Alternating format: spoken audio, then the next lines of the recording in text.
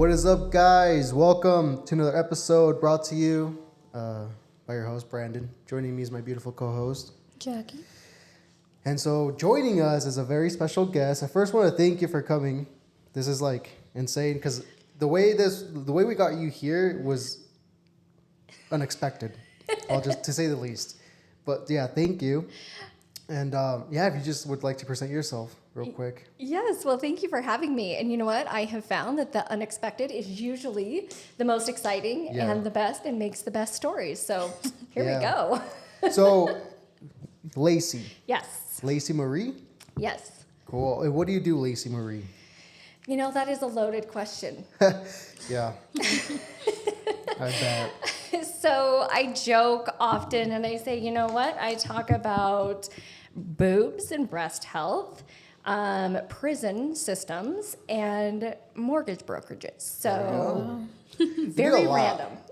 What makes you want to, like, now that I know that you do all that stuff and, you know, obviously, like, hearing your TEDx and your story, I was very impressed on how almost like a flip switched in you, right? When you were going through your hardships. And so what does all those three have in common? And like, why not do like something else like real estate or I don't know, something else? Why those three? Yeah, absolutely. And, you know, this is a great question to start off with because it's literally my core, is because going through the hardships that I went through, whether it be divorce, breast implant illness, losing all of my breasts, I had to dig really, really deep to figure out who I was. And I had a lot of really hard experiences. Mm-hmm. And during those times, in those experiences, I realized that the core of life is relationships and making true connections. Yeah. And doing whatever you can, or whatever I can, you know, my personal mission to make a difference. Mm. And so how I landed where I'm at, I didn't set out for it. Yeah. I didn't set out to say I want to be a professional speaker.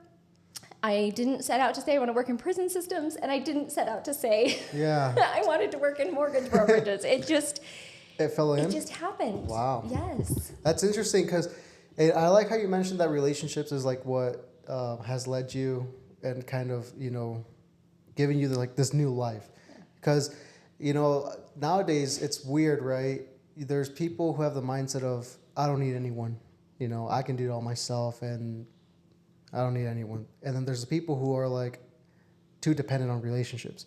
But I think there's a balance within like that whole, you know, relationship world. There's a balance with, okay, if you're going to have relationships, just have the good type of relationships with good people who are striving for more. So how did you end up finding those people? You know, I think trial and error, honestly. If I'm being honest, you fall down, you get back up. You just keep doing that over and over. And so throughout, I would even say the last 10 years of my life, my relationships have transformed and I look completely different, not even physically look different, but emotionally, mentally, I'm a different person, but also almost my entire surrounding of people have completely changed. Wow.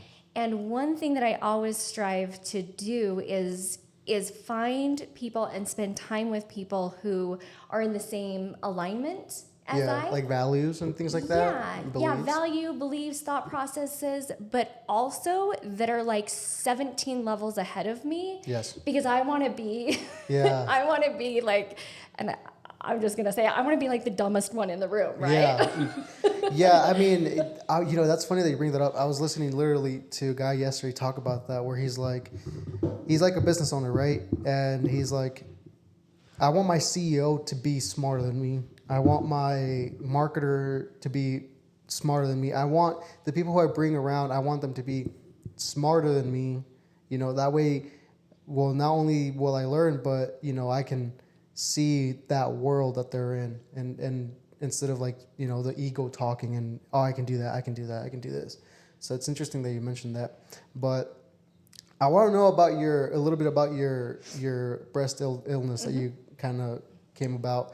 How did that come about? And like, we'll just get into that. Yeah. So, you know what? I made the conscious choice by myself, nobody pressured me, to get breast implants. And I chose to do that because I was trying so hard to fit an image or to fit into society's box that I thought existed.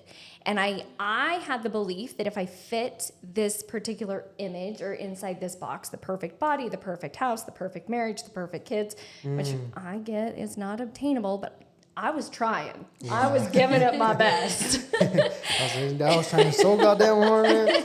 Yeah, I was almost there. I was so close. Yeah, so I was literally just striving for that because I had the belief that if you weren't happy, you just tried harder to be better and things would get better. You know, that reminds me of I'm reading this book, and in the book there's a story about two flies. One fly they're both trying to get out this house, right? One of them is going towards like this, net, what are they called? The window nets? Screens? Screen? Oh, yeah. Yeah. One of them was trying to go through the screen and just kept going back, and back, while the other one turned around and saw the door wide open and went out that door. And so sometimes you just don't see that there's other ways to do things the right way. Bingo. Yeah. That there are just other ways. I was just having this conversation it was so bizarre with my 11-year-old son because we were talking about, like if there's a finality, if there's right and wrong. And I was like, you have to toe this fine line. Like, yes, there is right and wrong, but there's also when you're trying to accomplish something, there could be 100 different ways to accomplish it, right? Yeah. And so, yes, like that is so true. So I was just striving.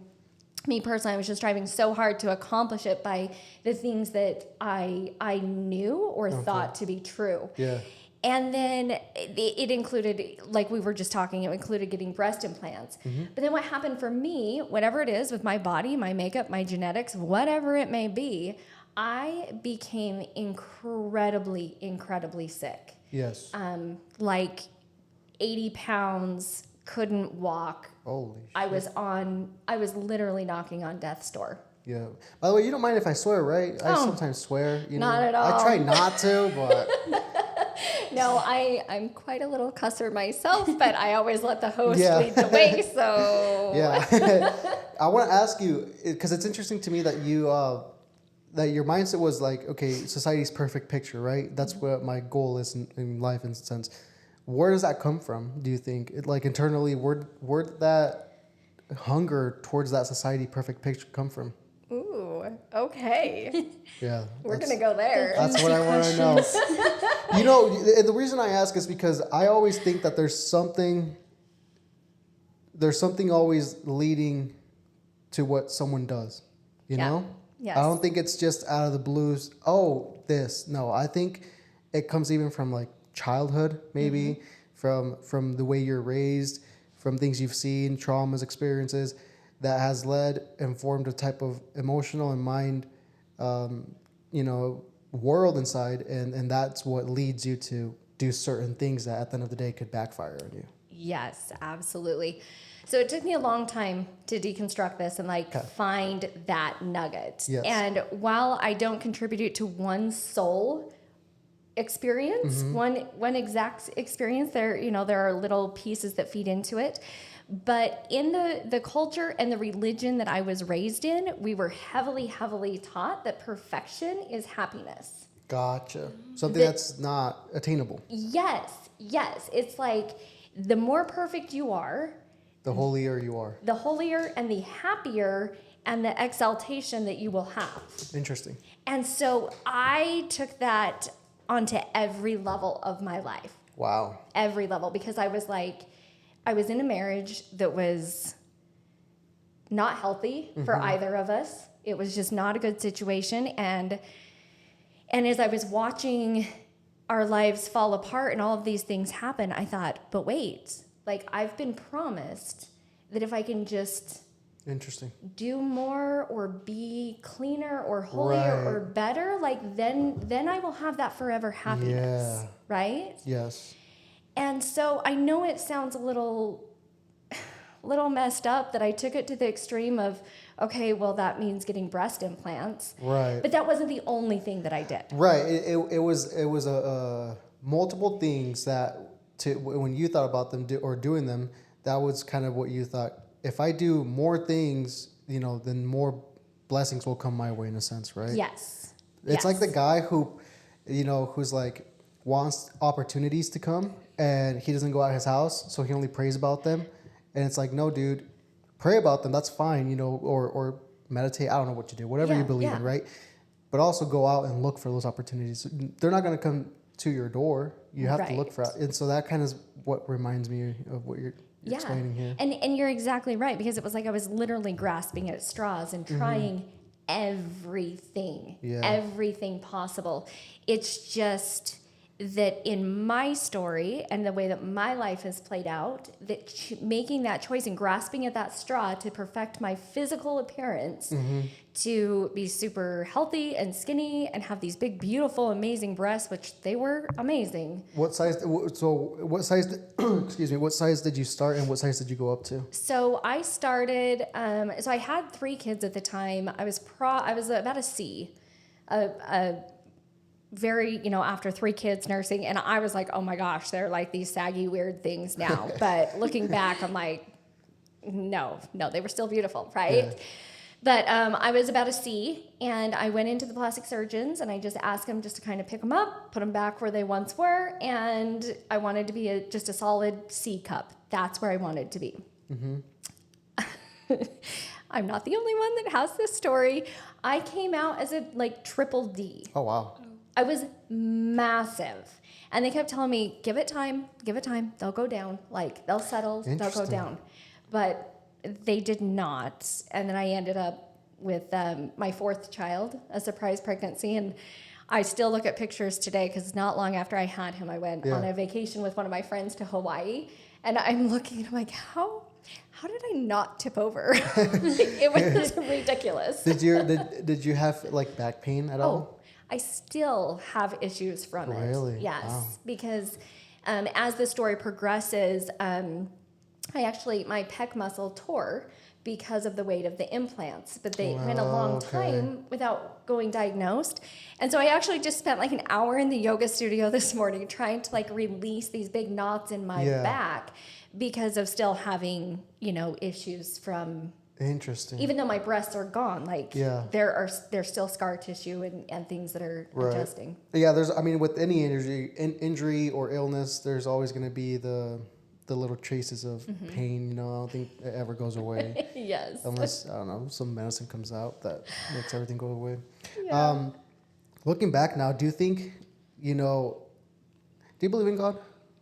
I do. That's a bold question. It is a bold question. I do. Or do you believe in something? Yes to all of the above. Okay, because not how I originally did believe in God, but yes. Do you believe in? So let's go what you believe in, because God can be too much, right? Let's say you believe in something.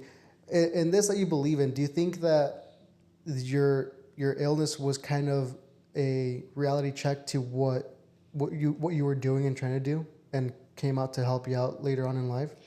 100%.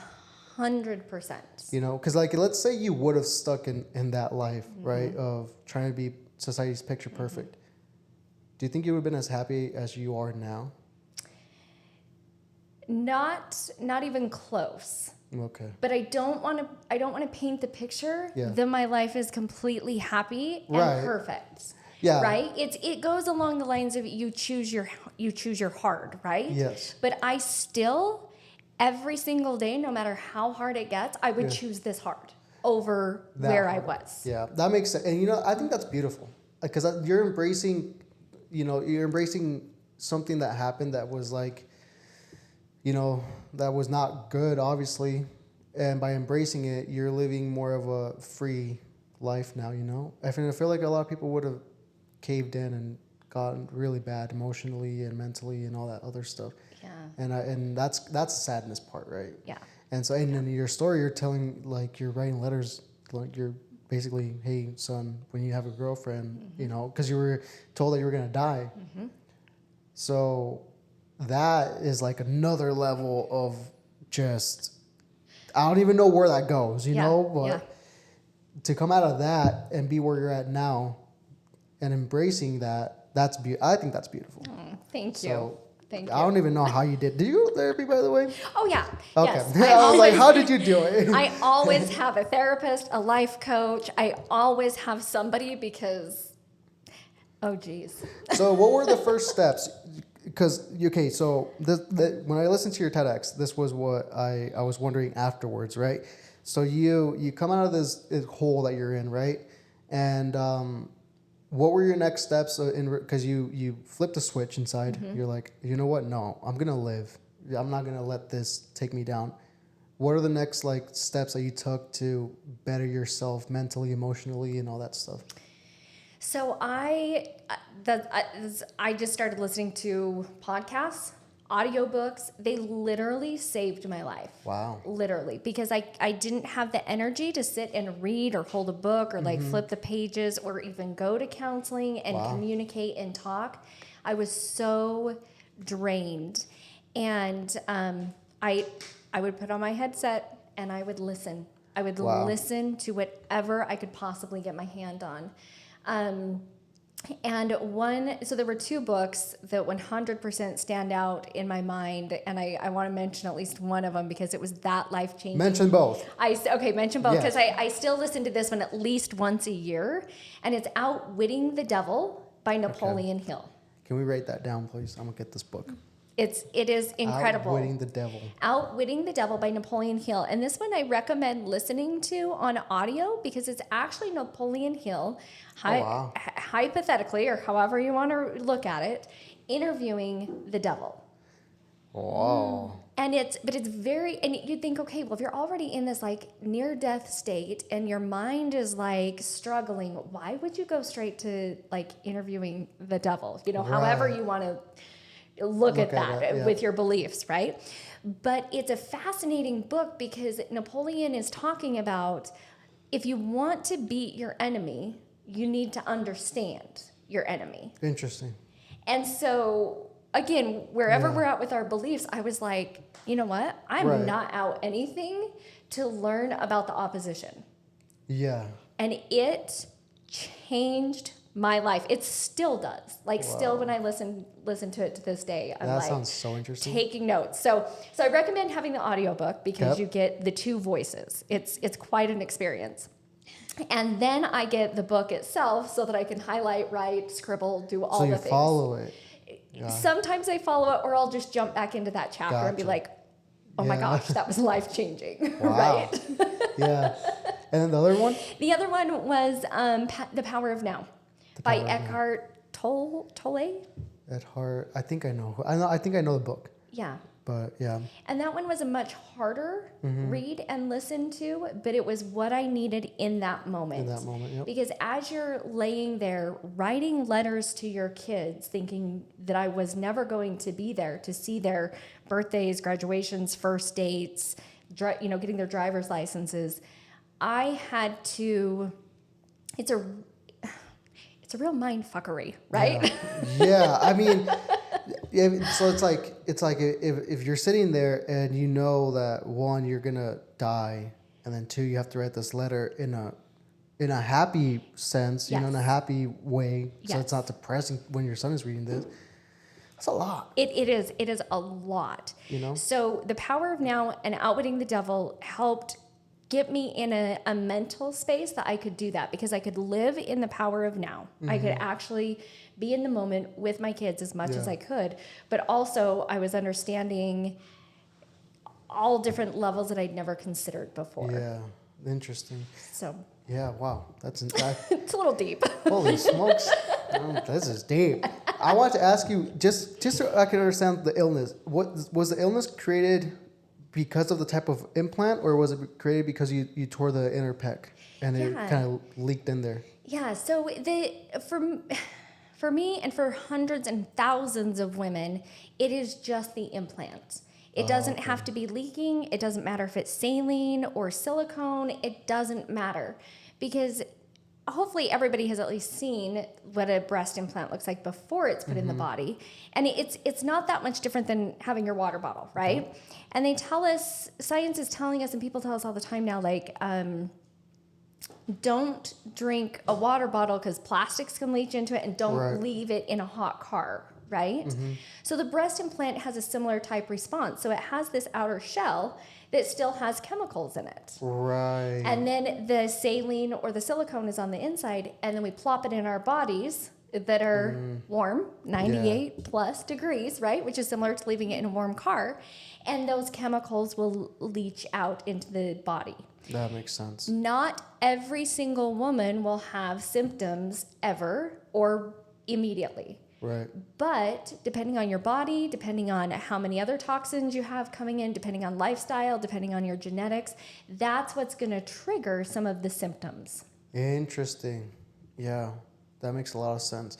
Yeah. I mean, I heard once that nowadays, with how much plastic we consume unknowingly, that we're consuming, about a credit card every year of plastic.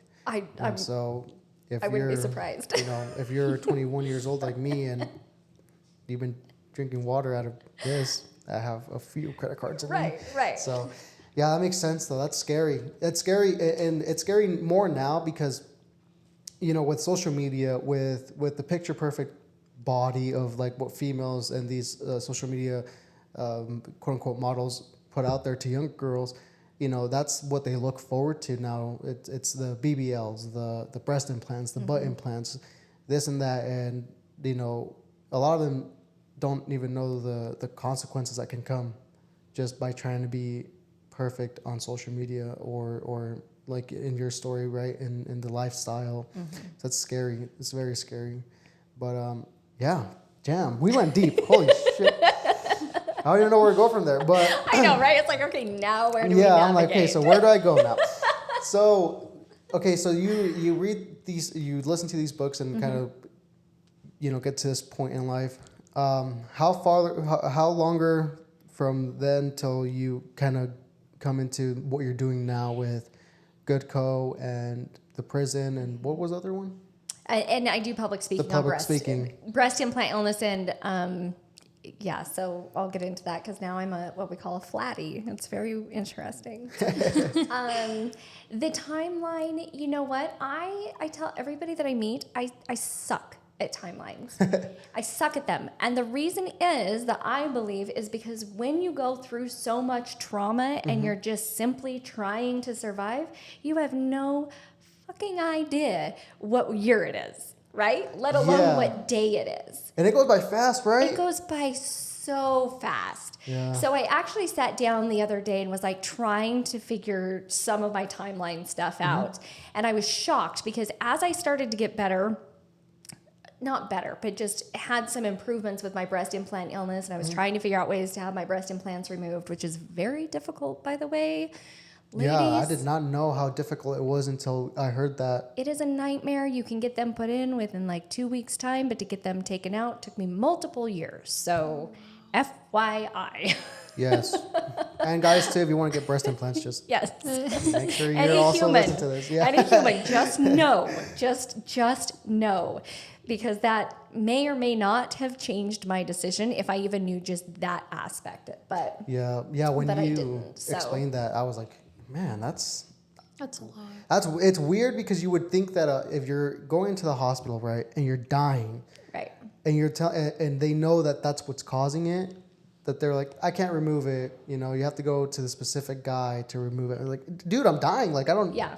It was rough, and education and awareness has improved substantially since then, and it is getting easier, but it is still a pain in the ass to get them out. So just pause and consider that before you have any type of implant done. That is way harder to remove than you and I would ever have any idea. So with all that being said, like I was going through and thinking, I'm like, okay, let's put together a timeline here. And so I started to get a little bit better from my implant, from the symptoms I was having with my implants, trying to get my implants scheduled to have surgery.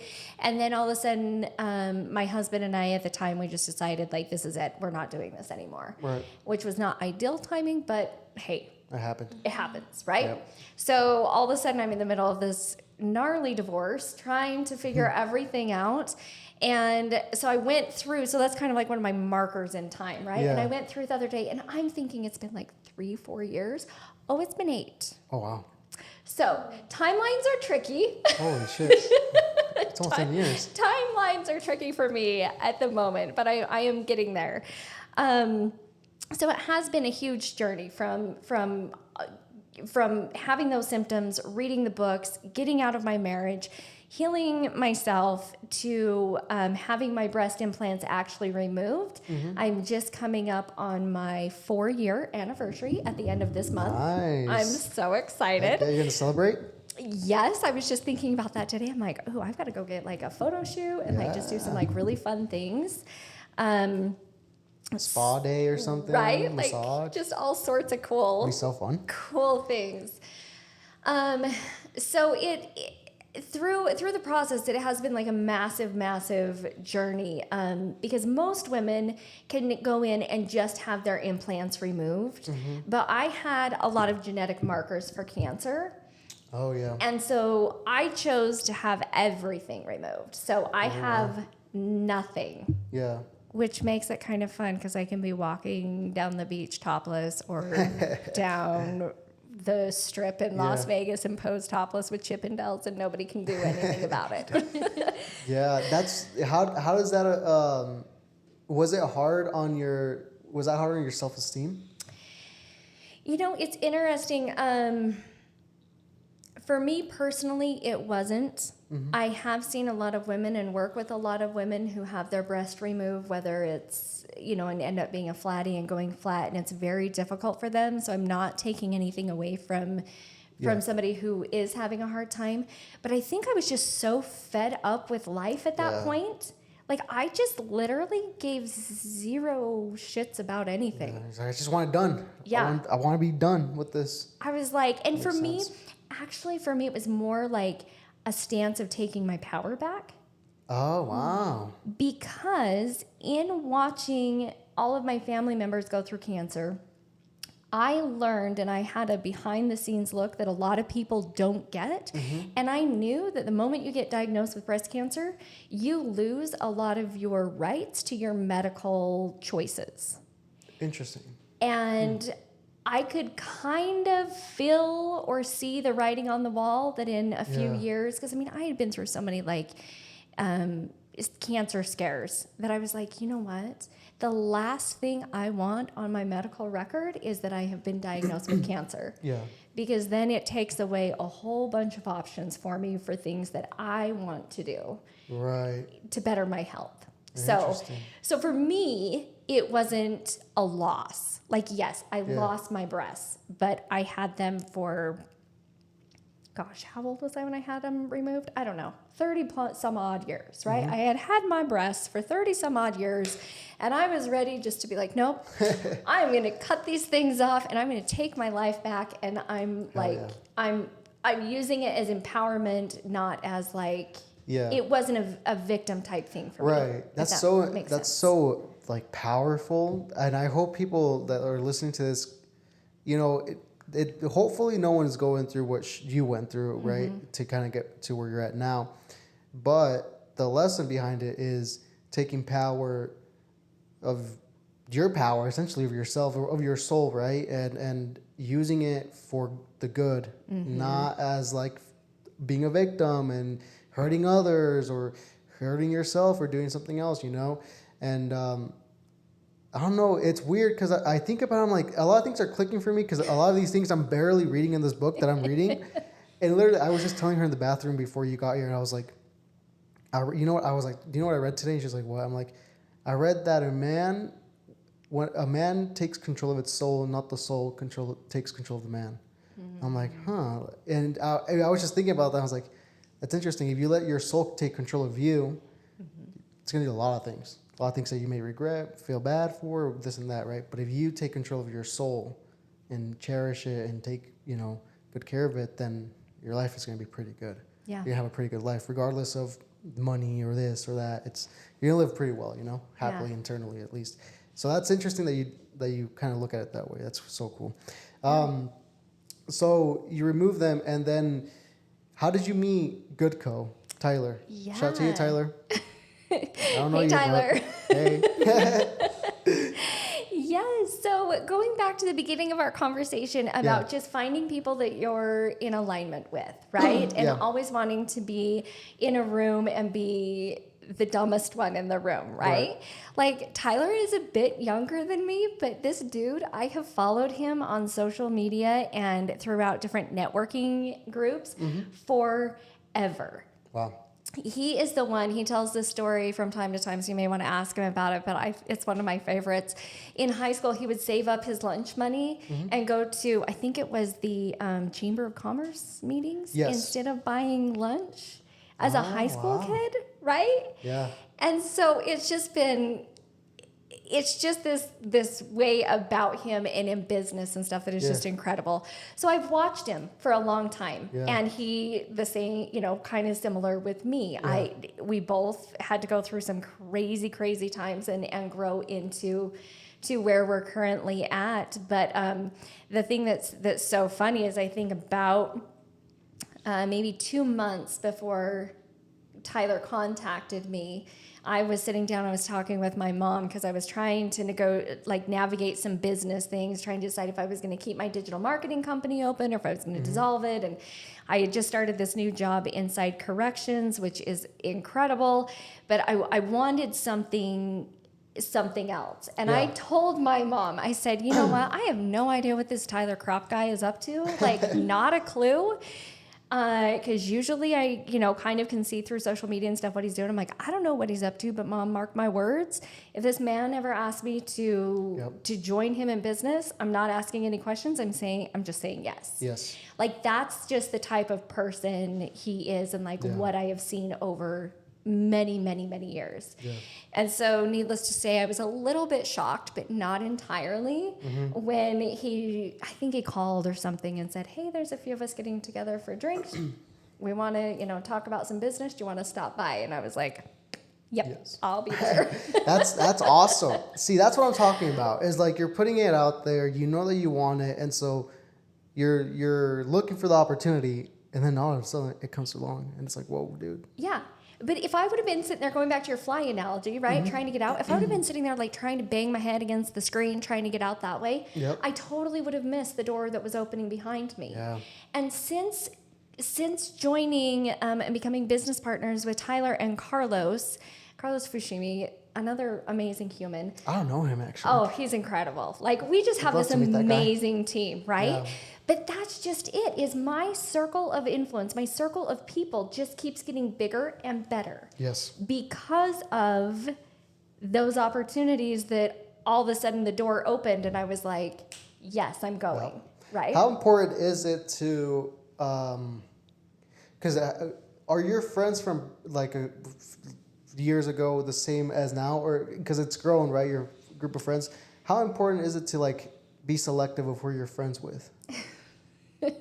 So you're gonna get all my secrets. I don't mean to. I'm just a curious person. You know why I ask too, though? It's because I tell this to guests before we start. Usually, I'm like, when I do this, when I'm doing this podcast, it's not so I'm trying to get famous or this or that. It's more so I love learning about people because I tend to learn something off them, and then I apply it in my life. I'm like, okay, yeah, that's dope. I like that. And I interview people who I'm like, that's an interesting person. They have something interesting about them. I don't know what it is, but I'm about to find out. Yeah. And then I find out and I learn. But that's why you're so good at what you do. This has been a very great interview, a very great podcast, and I have been on many, but this has been very, very top notch. So way to go. I think I blushed. You're like, okay, here we go. But going back to your question, yes, it's incredibly important to be selective. So some of the people, I was actually in like this mastermind talking with a few guys the other day, and they're very well-off businessmen, not from all over the country. Okay. And we were discussing a few things, and it was exactly that. And they said, you know what? I will introduce the person exactly as they are because my circle is very small. So when you hear me introduce somebody as my friend, they really are my friend. And that circle is very, very small. The people that I spend time with consistently and often. Yeah. Right. But then if I say, hey, this isn't my, business partner, or which that too is another one that you spend a lot of time with people. So friends, business partner, those are like really, really close in our circle. Otherwise it's like, hey, this is my Facebook friend, or hey, this is my Instagram friend, or I met this person on whatever. And it kind of creates, like, if you picture a ripple effect, you have these different rings of ripples all the way out. So, but as far as like going back to that inner circle, it's very, very small. Yes. Very small. And even at times, we, this mastermind, we talked about how we'll even retreat from them, because sometimes you need to take a minute to yourself just to get back and make sure you're grounded, and that your thoughts are your thoughts, and that they're not getting convoluted by your inner circle. That's so important that you mentioned that, because I've had that happen to me multiple times where, my therapist once said, write down your lifeline. Who's your lifeline, right? And I wrote these people down, and unfortunately, those people now are not in my life. Maybe if I had 4, maybe one of those 4 are now in my life, right? But what I didn't know was that my inner circle was polluting so much of my thought process and my belief system that I was becoming and trying to become like them. And I wasn't being myself, right? So when I decided, and when I took a step, and I was like, wait a second, that's not me. Like, I'm going to this place, I'm doing this, I'm wearing this, I'm talking like this, that's not me. Yeah. I'm a goof guy, I'm a goofy, and I like to mess around and joke around. I like to swear, and around these people I wasn't swearing and whatnot. And so that's not me. And so when I stepped back, I was like, oh, okay, their thoughts were intriguing mine, and I was becoming more so like them than actually me. And I was going down a road where I was not very happy. I was always just on a schedule. My marriage was getting affected by it. And I stepped back, and now it's like my friends now, the friends that I can call and I know that they'll respond, they're not even in town. Right? They're somewhere, they're like 4 hours away above. And so now with the group of friends I want to create around here, I'm very selective, because I'm like, I don't want to be around someone who I can't learn from, and if they're adding value to me, I hope I add value to them too, Yeah. Because I don't want to be like the snagger and just, oh, what's up, and then get something from them and not give them something back. I want to be. It's a two-way road with the friendships, I think, in any relationship.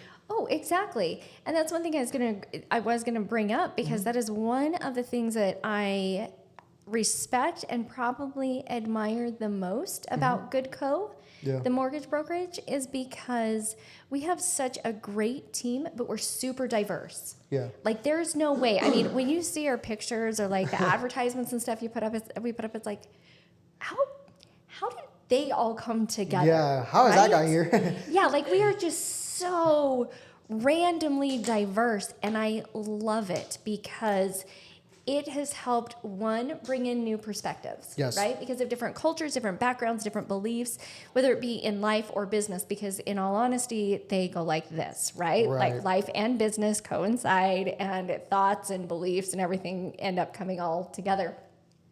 But it's really, really cool and unique, the whole dynamic that Tyler has been able to create with Good Co, so that not only for us is it good, as some of the founding partners and business people, like, not only is it great for us, but it is great for all of our business partners Right. and our clients, because I know you may be like going to apply for a home loan or going to look, and maybe you and I just don't jive. Like our personalities are like, put the brakes on this. But there's somebody that's completely different. I'd be like, hey, Carlos, you need to talk to Brandon. Yeah, you gotta go deal with that guy. He's a lot. Right? It's fantastic. So yeah, that's interesting. And see, I like that too, because I've heard and I read. Try to read. I read and I listen, and I'm like, one of the things I've learned with starting this and just later on in the future with starting businesses or becoming business partners with people that I even know right now that could come along in life, is that one of the most important things in business is the culture you create within the business. And that's where it's unfortunate, because I've seen it too with new businesses, startups, that the owner of the business is a really good, person. They have a really good, public picture out there, and it's great, right? The business is great, but internally the culture and the workers, they're not so great. And they tend to affect the clientele, which tends to affect the business and the revenue and everything else. And so, right. And the whole experience in general for everybody. Exactly. Yeah. So that's one of the things I've learned, and, from what I hear from Tyler, and you and Goodco, is that that's what's been almost mastered in a sense, right? Like making sure that internally we have a good culture that we can externally give to people the best experience that they can have with mortgages and all that stuff. Yeah, you're right. And one of the things inside that culture that I find incredibly fascinating, and I actually end up speaking a lot about because people are very curious, is there are a lot of mortgage companies out there that are really good and have great culture and great customer experience. But one of the components that we've added in is making sure that we have business development and head of partnerships. Okay, so my role as head of partnerships. We're also looking and recruiting for business development, but that role is to work directly with, say, the real estate agents or the real estate brokers, right? Because there are so many moving pieces inside doing business that it's like, let's make sure that the loan officers or the transaction position, that they're able to give the very best experience to the client. Right. Well, we can be over here talking higher level business, like, okay, cool. Like, is this paper in? Do this, do that. Okay. Make sure that we can be the support for each other on a different level, creating that better culture and experience for everybody. That's so smart. That's so smart to do that in a business, is, hiring people that do the job where you can take that time and focus it on the bigger stuff, right? Because as a company grows bigger, you're only going to have so much time of the day and so many thought process, capacity to think about everything and take care of everything. Sooner or later, you're either going to, that business is going to go down, and it's going to be too much, and maybe even have a heart attack. Exactly. How many people die of a heart attack because of that? Or you start to hire people in, let your ego go, and have them take care of those things that, maybe you don't need to take care of. Yeah. So with the prison correction thing, what is all that about? I know, so random, right? I wasn't kidding when I said, oh my gosh, like I have this random life. So with the prison thing, that literally was another thing that just fell into my lap, right? Yeah. So I do a lot of public speaking that tells my story about overcoming challenges, overcoming hard times. I will do that for corporate events, private events, like all sorts of different things. And a lot of that was being shared on social media, right? I shared that. And I was contacted by this gentleman. He's incredible. And he just said, hey, I'm hiring, and I think that you might be really good for this position.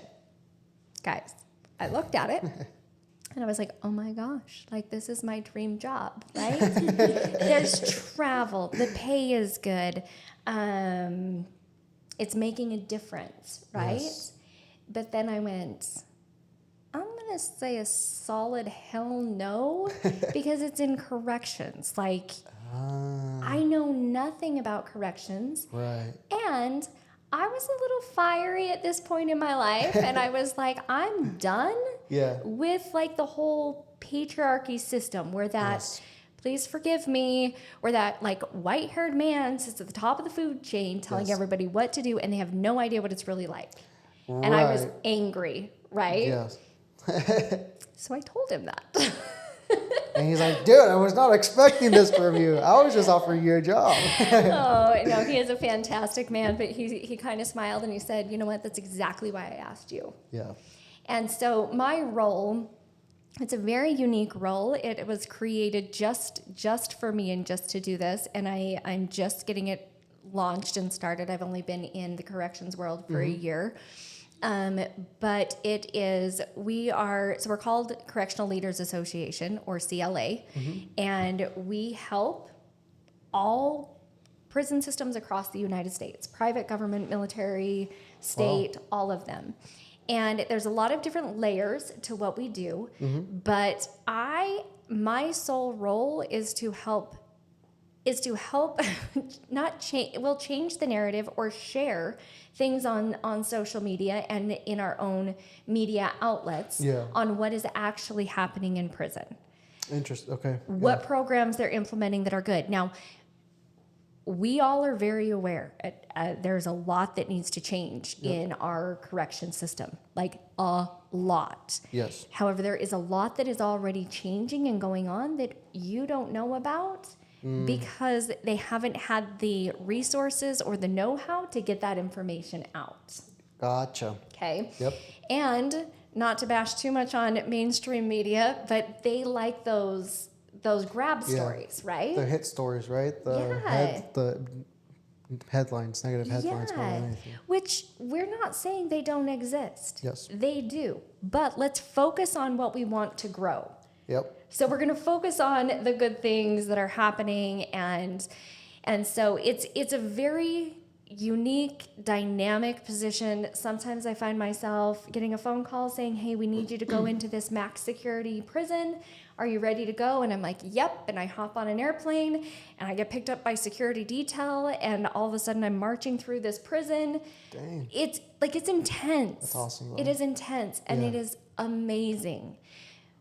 But I wouldn't be here doing this, and it's not about me. It's about that I have this opportunity to do this and to share the amazing stories of what all the correctional officers are doing, and the correctional professionals are actually doing because their heart is in it. But I would not be here if it wasn't for my past. And that's exactly what I was. Yeah, that's exactly what I was like thinking about. I was like, see, that's the life that sometimes you don't. Sometimes things happen to you for a reason, and then in the moment you're not seeing the other side of it because it's so stuck in this thing that you're like, how the hell am I gonna get out of this? Yeah. And then you get out of it, and then this happens, and then this, and then this, and then you're like, oh, holy shit. Yeah. So that's awesome. I want to ask you, when you got hired, what is it that when you first saw this, what is it that you were like, I'm going to be different from other correction, what are they called? Professionals. Professionals. Yeah.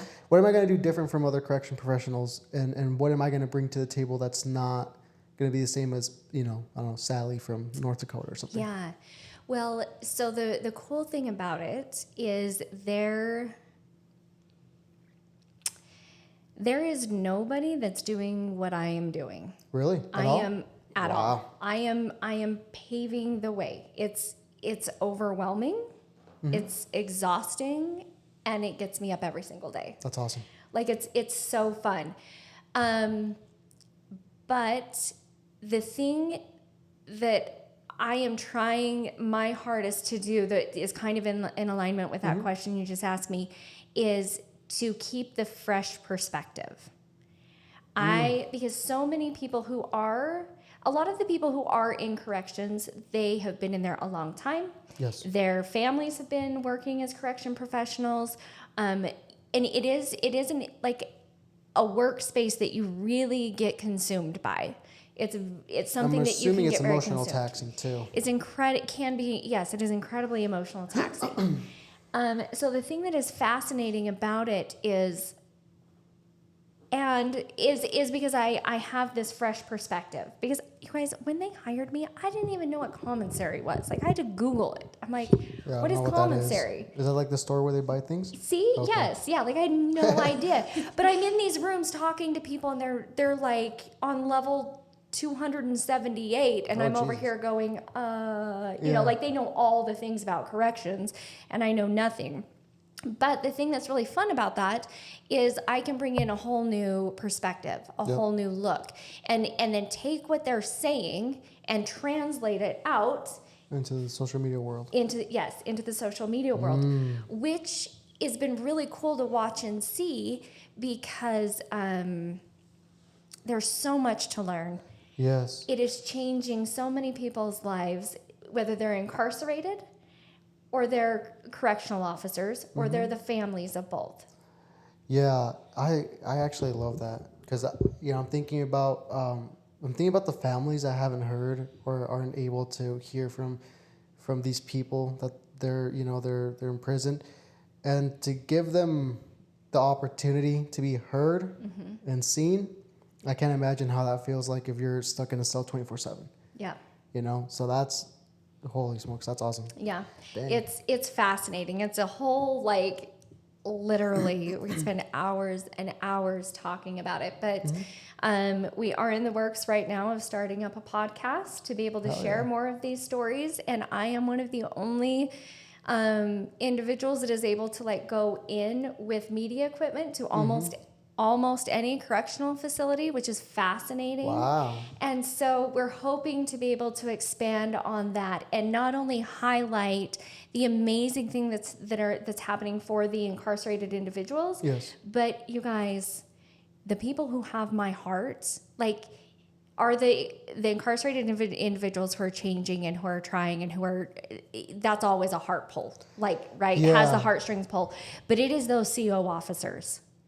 They have all of my attention because they go in every day by choice. Yes, I had a bodybuilder come in, and her name is Jess. Shout out to you, Jess. She was working in what was it? Was it the juvenile? No, I think so. I mean, I don't know. I forget which one. I don't know if it was the actual prison or the juvenile prison, but I think it was the actual prison. And she says that she was telling me that during Christmas, she would go in and kind of color with them, give them some cookies, things like that, because she's like, it's only once a year. Yeah. And unfortunately a lot of these people are forgotten. Yeah. And during Christmas, New Year's, things like that, nothing happens. Yeah. So she was like, what I try to bring in was that, give them a little bit of a different type of day, I guess, or something. And she's like, some people, some of my colleagues will look at me different because of that and would judge me, but she's like, I didn't care. I just wanted them to feel heard and special for a little bit. I was like, that's awesome. Exactly. Seeing those are the things that I'm like, that's what we need to focus on. Yeah. Because it benefits the correctional officer, it benefits the incarcerated, it benefits the system to become better. Yes. It benefits society to help us have a happier, healthier, safer society neighborhood. But it's finding those nuggets, Yes. right? Of Jess that went that extra mile just to do the human thing. Yeah, because she's like, what they did is their thing, not mine. Exactly. To me, I'm a human, they're human. Yes. And that's it, I'm like, man, it takes balls, because some people go in there, they're like all scared, right? Yeah. Rightfully so, because you don't know who you're in there with. Yeah. But you're also human just as much as they are. Exactly. And the worst ones are the ones that have been in there for years over, a crime that, now is legal, or that's not that punishable now, and they're still in there. And it's like, I feel for those people. Yeah. Digital marketing, you mentioned that a little bit, that you were doing that. What's that world like? Because I was going to get into social media marketing, I think, where I would market products essentially. Yeah. I never got into it though, because I was like, I'm not that smart. That's a lot of numbers to look at. It is. But I want to learn more about the digital marketing world and kind of what you've learned over the years with that. Yeah, so I've learned over the years it's like a lot of competitive industries. Yes. It's competitive. It can be very cutthroat. Yeah. It can be incredibly amazing. It is what you make it to be. Gotcha. But how does one, grow their profile or anything that they're doing? What do you think is the key? I'll tell you what I've heard and what I've been told and what I think. I'll let you go first. Okay. I don't know. It's been a minute since I've been in that space. But it's proof. The proof is in the pudding, right? Like get in, do the work, stand out, be a little different, deliver on what you say you're going to deliver on. Yeah. Don't make empty promises. Like actually make that like connection with somebody and then be honest. Yeah. Like if it's not working, if you're like doing a campaign, you're like, you know what, this is just not performing the way I thought it was going to. Right. Like just call it, be honest. Like don't force be it. transparent. But that's how it is in any business, right? Like just be open, be honest, and don't be like this cringy snake person. Like right. Yeah, that makes sense. What I've heard is, I think tag along, just be consistent with what you're doing, right? Someone once told me that if I wanted this podcast to grow, I had to be in people's faces. Yep. Which, meant just be consistent with the uploading schedule and things that I'm doing, right? And so, but what you're mentioning is true too. You have to be honest and not be someone who's painting a picture that's not there, Yeah. I want to talk a little bit about Goodco. What's your job there, in a sense? Yeah, so my role is head of partnerships.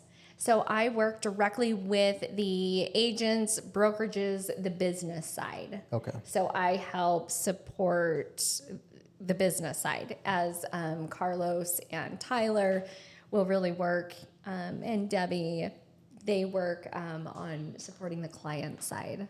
Gotcha. And then we have a whole creative guy. You need to meet him. His name is Rigo. Rigo what? I don't know. So Rigo. Just Rigo. I just call him Rigo. We all just know who Rigo is. Was he the guy on the video with you're wearing a pink shirt and Tyler wearing a white shirt, and there's a guy there standing next to you too in the middle with a black shirt or a gray shirt. Is that him? Dark hair. Yeah. Yeah, that's Rigo. Oh, okay. Yeah, I'd love to talk to that guy. Yeah, he's freaking amazing. He looks very smart. He is. Yeah. He's very good at what he does. Yeah, I bet. Yeah, he looks cool. I was like, I wonder who that guy is, because I recognized you two. I'm like, and I recognized the other guy who was in the video. Yeah. And I was like, I know who they are, but who's that You're guy? like, who is that guy? Yeah, he's the behind the scenes guy. He's the one that's making us look really, really good. Like he does all of our videography, photo editing. Oh, He wow. is the creative man. He's awesome. That'd be dope. I need to talk to him. So what are some of the lessons that you've learned? I don't know. 2019 was when you got better, when things started to go downhill. So I had my surgery July 30th of 2019. Okay. That's when everything was removed. Breast implants, breast tissue, everything was removed. Gotcha. So from 2019 till now, 2023. See, timelines are hard.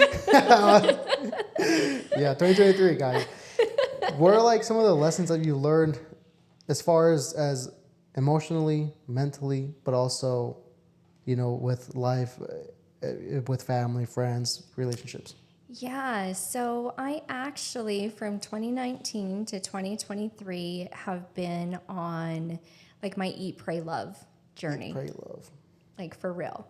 In 2020, I sold everything I owned and bought a prison bus. A prison bus? Yeah, this is before I was in prison. Oh, huh? Like world, right? I just randomly bought a prison bus. It was so cool. You can find it on YouTube. If you type in Lacey Marie prison bus, you can see it. It's something I would buy. It was so freaking cool, but it cost me so much money because it kept breaking down, right? Oh my goodness. But what happened was I was doing another 2020 came just like everybody else. The world got flipped upside down, and my internal world got flipped upside down, inside out, and backwards once again. And my coping mechanism was to run. So the custody of my kids was changed. I had just about like 60-70% custody. My kids were with me all the time, and due to some other things, they ended up going to stay with their dad. And my daughter went to Arizona to go work on a ranch. She is a barrel racer and totally into equine therapy stuff. And so I sent her there, and I bought this prison bus, and I renovated it with my dad and my mom, and then I hit the road. Did you put a whole stove in there? I had a toaster oven. I had a toaster oven, and I had a bed. But the thing that was nice about the prison bus was it was secure, had an alarm system, had the gates, like seriously, go check out my video. It was so cool. No one was gonna Nobody was gonna come in, right? But it also had a toilet and a sink because they had to have the toilet and the sink to transport the prisoners, the incarcerated, right? Oh wow. So I mean, this thing was legit. So I bought that and traveled across the country and spent time doing far too many things that were really, really, really hard. Like doing that was really good, but I made my life a lot harder than it needed to be. Gotcha. Because I was traveling alone, running my own business, driving this big ass freaking bus, trying to find places to stay, blowing tires, like you name it. Wow. And I had a really good friend from the past from high school. It'd reach out to me and just say, I am literally watching your life as a train wreck happen in front of my eyes on social media. Why don't you just come stay with me for a little bit and just breathe for a second? Wow. And so I did. I went and stayed there for a few months and discovered that it was, and then the time came that it was time to sell the prison bus and to move back home. So I sold it a few months later and moved back home. Since then, I have been rebuilding my entire life. I've been living in not great circumstances to now I have a house, like multiple vehicles. Like I literally have been rebuilding and not only my physical life, but my internal life. And so. Wow. Lacey, where does this drive come from? I want to know that because it's I was going to say interesting again.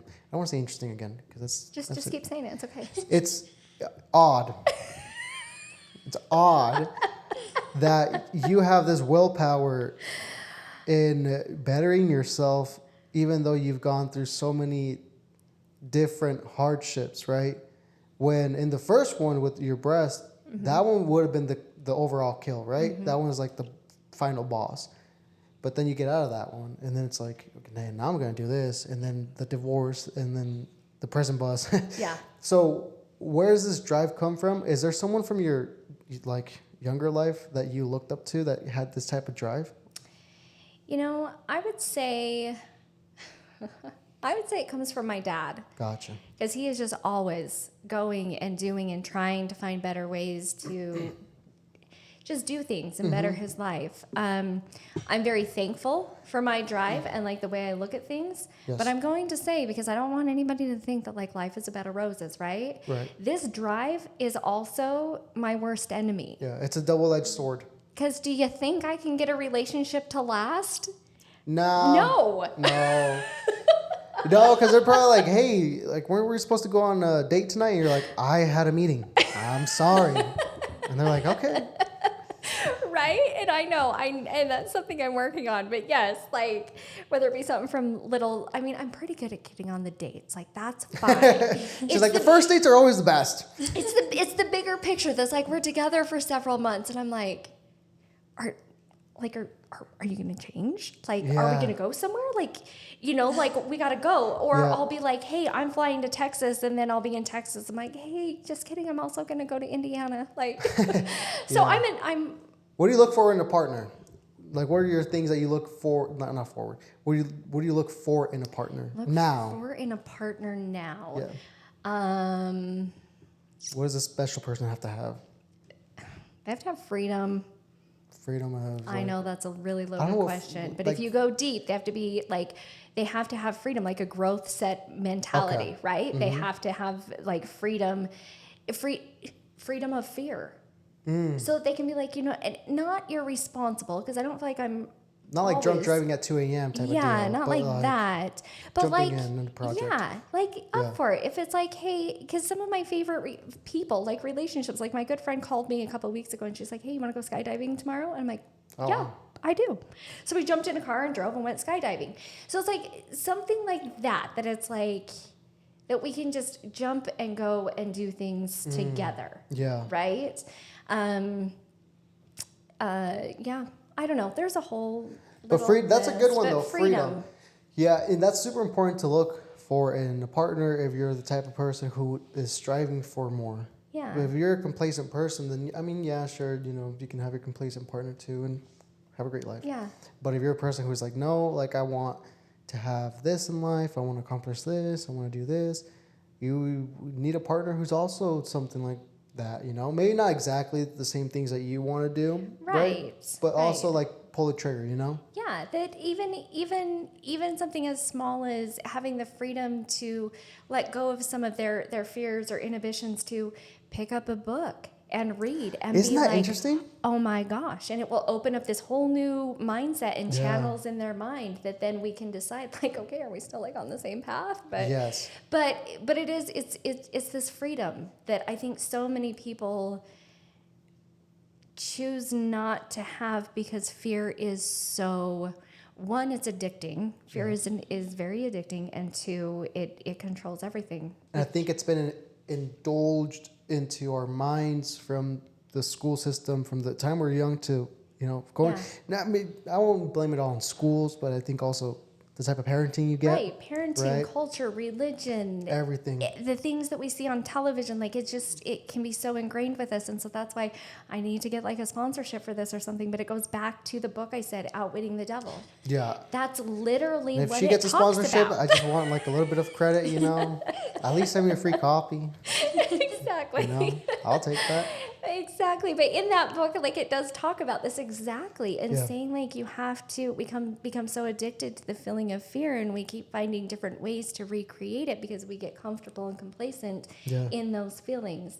And I'm just like, I think since I for the most part, I mean, there's still areas that I definitely haven't broken out of fear, but considering a lot of stuff I have broken out of the fear mentality. Yeah. And it's just, I don't remember where I was going with that, but it's just hard to go back, Yeah, once you get a taste of, I was talking to someone yesterday about this. Once you get the taste of what doing something for yourself, even though it's scary, but you still do it. Once you get a taste of what that feels like afterwards, the proudness that you feel, the holy shit, I pulled it off.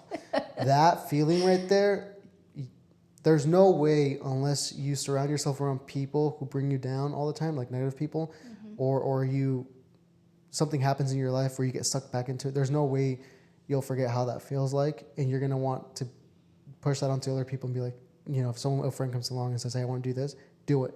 Yeah. And instead of like, "No, don't do it." No, do it. Yeah, do it. So Seriously, do it. 'Cause that feeling is, and not a lot of people have that feeling, unfortunately, and that's because maybe they haven't gone out and tried something for themselves, which is sad. right. So So- I'm looking for freedom. Yeah, look for, God damn it, freedom, people. Yeah, and that's one of the things that I see nowadays too with like young kids. 'Cause I talk a lot about like what I've learned, in my short life of 21 years. I'm like over here like I've been through, so many things. So crazy. They're literally like my daughter's age. This is so funny. So, but I learned, so like, what was I going with this damn thing? Oh, I was reading and I was like, reading this thing and it said, this guy named Sensia, I think, he was like wealthy, had a fortune passed by his father. He made very good business decisions back in the Roman Empire days. And what he would do, every month or so was that he would take himself and live like a regular person, right? In that time, which was very poor people, right? There's not a lot to go on. So he would wear the ripped clothes, eat from the bread that was all crunchy and dried, and, cold showers and that. But that was to remind himself that that the fortune is not what makes him. It's the toughness that makes him, And that's a valuable lesson in that story that I was like, yeah, it's not the money that's going to make me better. It's not the fame or the cars or the materialistic things. It's the hardships. Mm-hmm. So even like taking a cold shower, right? Getting out of that cold shower, you're going to feel 10 times better than if you were to get out of a hot shower. Yeah. Because you're going to be like, I just went through a minute of coldness. Exactly. And my body feels great. So this is fascinating. So are you a cold shower? I am. Okay. Yeah. Same. Yeah. Like, same. Okay. I don't. First of all, let me point this out. Okay. I don't shower with cold water. The last minute or two of my shower is with cold water. Does that make sense? Yes, absolutely. So I go in there, it's warm, it's nice, and then all of a sudden I shock my body with the cold. So if you ever want to up your game, do it Plunge? back and forth forever. Not Oh, forever, but for several times, Yeah. right? I work Oh, up while they're playing to with the about king? work up to about like 8 times. It's super great, Oh, not wow. only for your mental health but your lymphatic system. It's Oh, wow. amazing. That's actually one of the things that I teach a lot of women as they're having breast implants removed. Yes. Because your lymphatic system gets totally jacked up, or with breast cancer. And but yeah, going That back and makes forth from the sense. hot to cold, and then you Yeah. always end with cold. That makes so much sense now that you're explaining this. I heard this on a Joe Rogan podcast, him talking about how he goes from the sauna to the cold plunge, Yep. to the cold plunge to the sauna, but then he ends up in the cold, right? Yep. And I never understood in the sense of like, how can I do that with myself, right? I thought, getting a good gym workout, my body's going to be hot and sweaty. I come in, take Yeah. a warm shower, and then end it with cold. But I'm going to do that now. Yeah.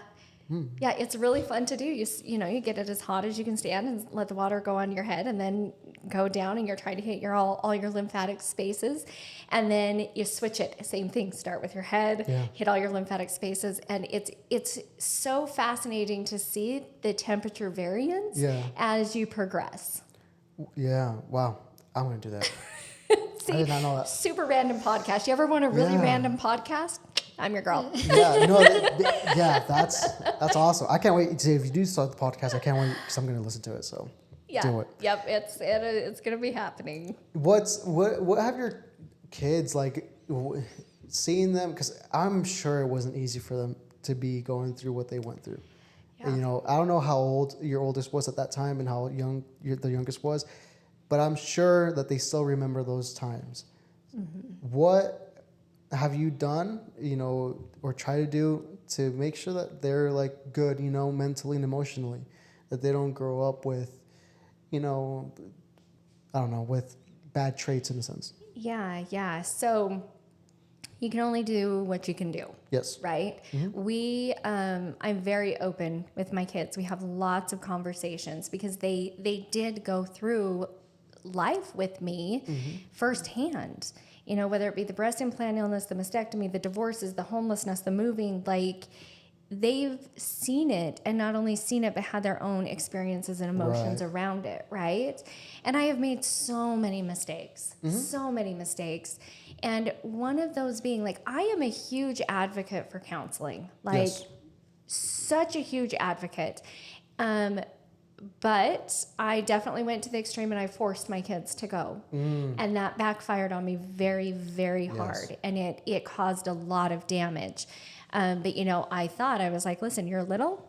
I'm your mom. I know what's best for you. Get your ass into counseling. We're going. And it was not good. So not because of the counselor, but just because when you force somebody to do something like that, it's not good.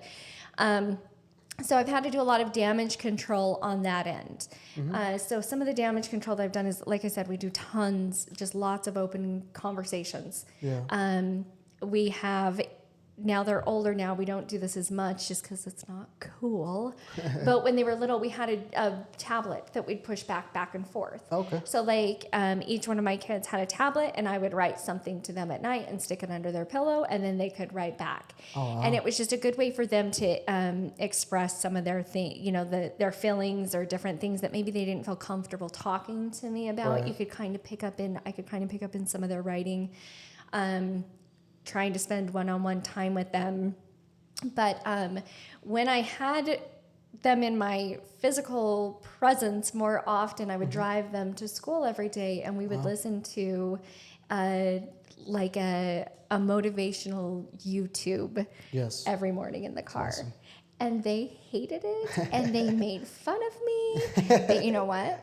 I know it helped them. Yes, of I know course. it did. So, there's just, I don't know. You just keep trying. You just do the best you can. And now they're with their dad just about full time. I only live a couple miles from them, and they pop into my house Nice. from time to time. And so I just try to be there. Yeah. And you know what? We use digital stuff as much as we can, whether it's they love Be Real, Snapchat. I mean, I go to where they are and Yeah. communicate with them there. That's Even awesome. though I freaking hate Snapchat, I'm there for them. Nobody else. Yeah. Not nobody else, but I'm there for my kids on Snapchat. So. That's awesome. That's important. I think that they, later on in the future, when they're older and they get to take a step back and look and say, holy shit, my mom was a badass. Yeah. It might have not been the perfect picture that she was once trying to be, but she taught me a lot of lessons. And I can speak to that because my mom also went through a divorce and ugly situation there. And so now that I look back at it, I'm like, she didn't do everything the right way. Mm-hmm. There's a lot of damage done, by her and my dad. But what I take from that now is the lessons that she taught me in those moments, right? To not give up, to, always hold my head high, to, cry if I need to cry, to, you have the urge of learning and, if something's wrong with me, to not go towards the bad things and do drugs and drink or this and that, to take a step inside and say, hey, what's going on with yourself and learn based on what's going on, right? And she took me to counseling, therapy. She took me to therapy. So if it wasn't for her, the things I know now about emotions, I wouldn't have learned, right? Yeah. So, there's a lot of bad shit that happened, Yeah, but yeah. I took out a lot of good stuff from it too. That's Way more awesome. than bad, I'd say. And so now I don't see my mom too often, right? I see her maybe once every 2 weeks or something like that. But always texting, always calling, Yes. and when I see her, focus time is on her, right? It's amazing. And that. And so, and same with my dad, I didn't have a relationship with my dad. And so up until recently, he reached out. And so now I have the opportunity to give him that spot without feeling any type of anger, resentment towards that, because I've healed that part of myself already. That's beautiful. So your kids one day will also learn a lot. that Hopefully. is It's gonna be beautiful. awesome. Yes, Yeah. I hope so. What time are we at? 116. Damn, can you believe it's been 1:16 and That's now we're crazy. 16. Time goes fly. Time flies when you're Time having flies. fun. Yeah. Dang. So what are the plans for you? I mean, this year is about to end. You got six months, About right? to end. You got 6 months left. 2024 is coming up. Yeah. What are the goals? What's new for Lacey Marie? The goals. Right now, my short-term goals is to get my digital life organized because my camera roll is out of control. My long-term goals, I don't know. I have a lot of travel planned. Travel is my jam. Hell yeah. I'm traveling all the time, so lots of travel planned. A goal is to really get a more solid plan put together and launch the podcast for Yes. my correction stuff. And really solidify a few things with Good Cope. We're looking to, to bring on a few more partners. Oh yeah. That's awesome. Bring more team members on, and I don't know. Last year was a really big year for my goals. Like I got the house, I got the 2 cars, I got like the jobs. Like last year I crushed it. Yeah. This year is kind of more of a calibration, breathing, settling in, like locking things in. There's different seasons for sure, right? Yeah, like it is definitely a locking things in. Like, okay, awesome. Let's really, get some better systems in place and some different things. But that's amazing. What's a lesson you've learned this year? Let's see. I'm making you think here. You are.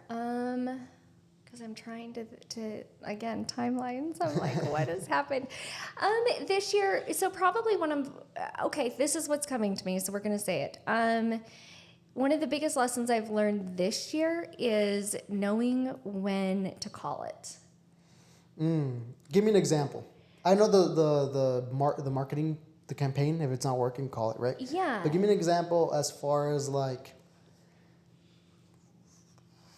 more like emotional, I guess. Well, it actually could be for anything. So like, if the diet I've chosen to do isn't working, call it.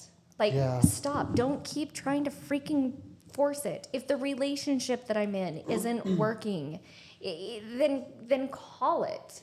Just be like, hey, have like the faster you have those hard conversations, get you to where you want to be quicker, right? Yes. And so I think in the past, I have just gone so long in places maybe I'm not super comfortable, thinking it's going to get better. Yes. It's going to get better. And not that I just want to call things at the drop of a hat. Right. That's not it. But I also don't need to hang on until there's nothing left to hang on to. Yeah, that's exactly what happened to me with what I was doing 5 years ago now. If you hear my stomach rumbling, it's because I'm hungry. I'll tell you why I'm hungry though. It's not because I didn't want to eat or this and that. It's just that I'm fasting.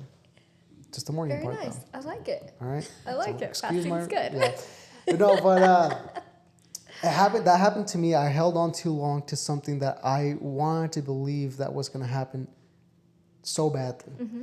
Right? The belief of it's going to work, was so big that I didn't realize everything that was kind of putting on the back burner and the shit that, ended up not being good. Yeah. And so why do you think that is with people that they hold on that belief? Because I've been trying to answer that question myself for some time now. I'm like, I don't know what it is. I don't know what it is either, but it's so crazy to me because at least in my experience, like when I look back, when I am holding on so tight, whether it be to a job, a relationship, a schedule, like even a schedule with my time when I'm just like, no, this is going to fucking work. Like it's going to happen. I'm going to wake up at 5 a.m. every day, no matter what. Right? Yeah. And when I'm hanging on to it and forcing it, it hurts so...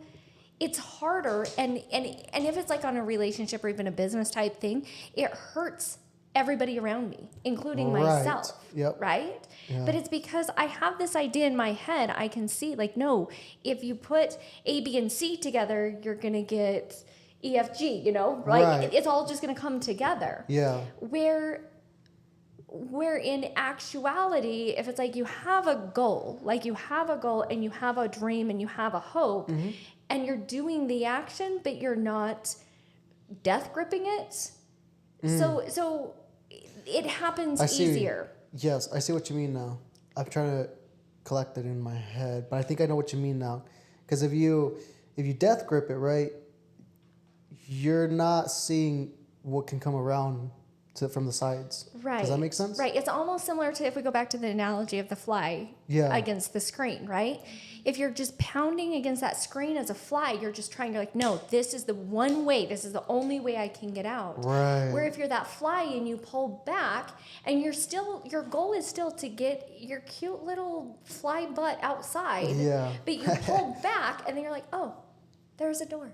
Yeah. And then you go out that door, right? It's just being open. But then it's not only just being open, but sometimes our egos or our minds get in the way. Yes. And it's like, yeah, that door might be open, but I still want to go out that window. Right. But it's finding that line of saying, okay, I've tried going out the window. multiple times. It's not working. It's hurting me. I'm hurting. My family's hurting. My loved ones are hurting. Whatever it may be, right? And then but it's disconnecting from that fear and taking that chance to go out the door. That's what it is right there. The fear, right? Yes. Yeah, that makes so much sense. You see, sometimes you don't have conversations with people like the one we're having now, because maybe they're not on the level of that, of this conversation that we're having now. But I realized as you're talking that when I was in the business, the reason why I was in there, the reason why I was there for so long, was because the person that I built up to be in that world was not the person who I was without that business. Mm-hmm. Does that make sense? Yep. So for me, it was so scary to leave that, because I thought to myself, well, if I'm not Brandon the business guy, who am I? Right. And I when I left, unfortunately, some of the closest people that I thought were around me, that were within that industry, are not there anymore. So who am I going to call or hang out with that can make me feel like I'm more than just, that person that I used to be, right? Yeah. Like I almost lost a touch with who I was. Mm-hmm. And the only person I had in that moment was my wife, right? Which, thank you, babe. And then I figured, I had a conversation with my friend, and he's like, Brandon, it's crazy because he was in the business with me too. He's like, what we've been taught is that success is measured by what level you reach within this industry, mm-hmm. or what the finances. He's like, dude, you're successful already, right? He's like, you work, you provide, you are a good person, mm-hmm. you have your own house, not own house, but your own place, you're married. Yeah. That's success. Absolutely. And so I took that away, and I was like, yeah, I'm not a bad person because I don't do this, or I'm not anything less, and I started building my image back again. Mm-hmm. But that fear was so intense, Lacey, that I really thought, if I don't do this the rest of my life, I'm going to be no one the rest of my life. Mm-hmm. And that's such a mind fuck to be in. It is. And like you said, it hurts people around you. It started hurting our relationship, time with family, friends, experiences, because it was so devoted to getting through that damn window screen that I lost everything behind me. Exactly. So, holy shit. Exactly. And you're exactly right. And the thing is that window screen can be anything. Yeah. It can be titles, because you said, if I'm not Brandon the business guy, who am I? Right. Okay. It can be anything. If I'm not this level in my religion, then who am I? Right. One of the things I really struggled with is, if I'm not a full-time mom, if I don't have my kids, who am I? Right. Right? So it can literally, or a dad, but it can literally be anything. But it's disengaging and letting go of that fear to say no. And I said this in my TEDx talk. It's to say no. Yes. My story is not going to end that way. Yeah. I'm in charge, and I'm going to rewrite the script. I'm going to do this. Hell yeah. So. Fuck. There we go. Yeah, I think that's a great way to end it. Holy shit. That was a great conversation. Thank you. That was awesome. Thank you. It was incredibly good. Holy smokes. You're good at this. Am I? I'm just like, people ask me, do you script your show, or do you script your podcast? I'm like, no, it all comes from the head. I don't do all that whole scripting stuff. It's 100% a talent. You've got the talent. Yeah. Because like I say, I've been interviewed by lots and lots and lots, and you have the natural ability and the talent. So keep running with it, you guys. Thank you. Appreciate that. Lacey, thank you for being here. If you want to give your if you want to give some type of or some of the things that we can go find you, whether it's the correction system, your digital marketing. I don't even do digital marketing anymore. Goodco, of course. Yes, for sure. So I'm going to be updating my landing page, but the easiest way to find me, it's super simple, is Boobless. Boobless.life. On all social media channels, you can find me there. Also, if you want to follow along with the correction stuff, right now it's Correctional Leaders Association, CLA. But through my personal stuff, you can follow the trails, and then of course Goodco. Yeah. I love my Goodco Broker Club. They're my local crew. Yes, if you guys need a home loan, go to them. They will help you out, and I can tell you that because now I know Lacey, and she's awesome. So I'm sure that because she's awesome, Tyler's awesome, and I can't wait to meet him and get him in here. So yeah, and Tyler will be on the show shortly, Shortly, right? yes. To really dive into Good Co. Yes. And talk more about culture and like in the weeds of things. That's what I told Brandon when because Tyler was supposed to be here today and it didn't work. So I was like, well, I can be. And I was like, hey, but just FYI, like, we're going to be all over the place. So we're just going to roll with it. But it was a great episode. This is probably one of my favorite episodes that I filmed so far, just because the conversation level that we were having, you don't have it with everyone. Yeah. And it's so, at least for me, it's hard to find people who I can have that conversation level with, who actually understand what I'm projecting and what I'm talking about, and bring their own idea with it, right? Yeah. And that's valuable. Not a lot of people do that, so you're great. Well, thank you. Guys, go check us out on Instagram, YouTube, and Spotify, Apple, and Instagram. We're going to start there. Instagram, the OAP official, Brandon A. Lara, Jackie, AAA, CKAE _. YouTube, Spotify, Apple, Amazon, Google, anywhere you find your podcast. You can find us at Once a Project Podcast. And yeah, go subscribe, follow, share. You guys know the deal. Anyways, see you guys. Love you all. Bye. Bye-bye. Thank you, Lacey. Bye. Thank you. Dang, that was awesome. That was amazing.